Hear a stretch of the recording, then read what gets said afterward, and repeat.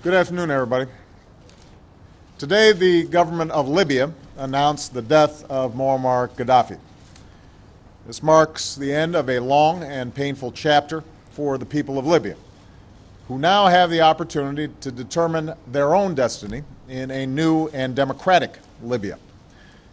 For 4 decades, the Gaddafi regime ruled the Libyan people with an iron fist. Basic human rights were denied. Innocent civilians were detained, beaten, and killed, and Libya's wealth was squandered. The enormous potential of the Libyan people was held back, and terror was used as a political weapon.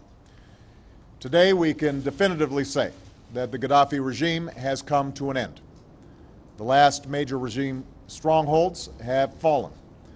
The new government is consolidating the control over the country, and one of the world's longest-serving dictators is no more.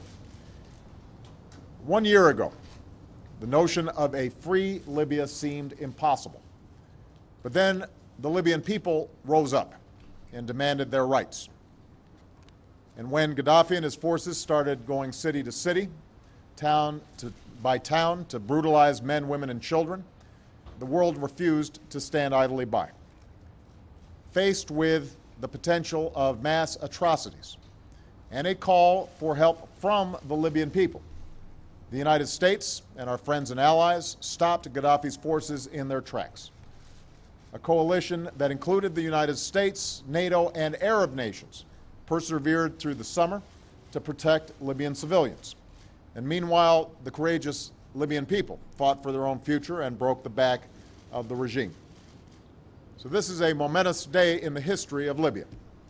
The dark shadow of tyranny has been lifted, and with this enormous promise, the Libyan people now have a great responsibility to build an inclusive and tolerant and democratic Libya that stands as the ultimate rebuke to Gaddafi's dictatorship.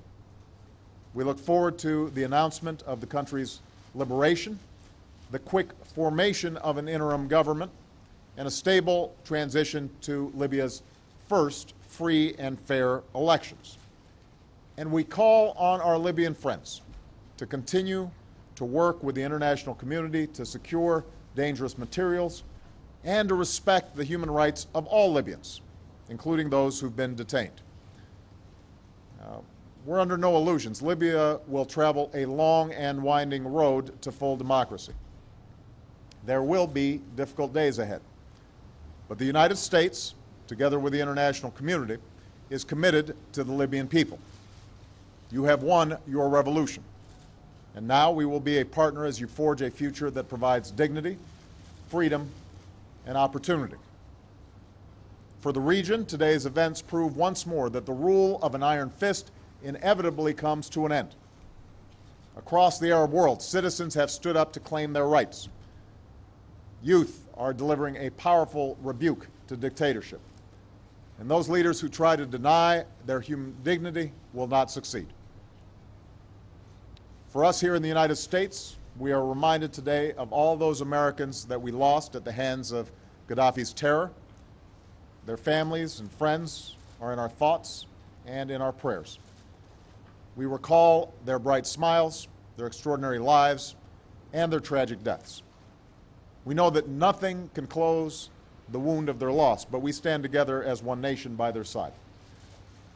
For nearly 8 months, many Americans have provided extraordinary service in support of our efforts to protect the Libyan people and to provide them with a chance to determine their own destiny. Our skilled diplomats have helped to lead an unprecedented global response. Our brave pilots have flown in Libya's skies.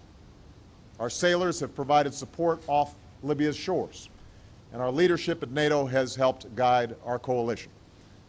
Without putting a single U.S. service member on the ground, we achieved our objectives, and our NATO mission will soon come to an end. This comes at a time when we see the strength of American leadership across the world. We've taken out al-Qaeda leaders, and we've put them on the path to defeat. We're winding down the war in Iraq and have begun a transition in Afghanistan. And now, working in Libya with friends and allies, we've demonstrated what collective action can achieve in the 21st century. Of course, above all, today's belongs to the people of Libya.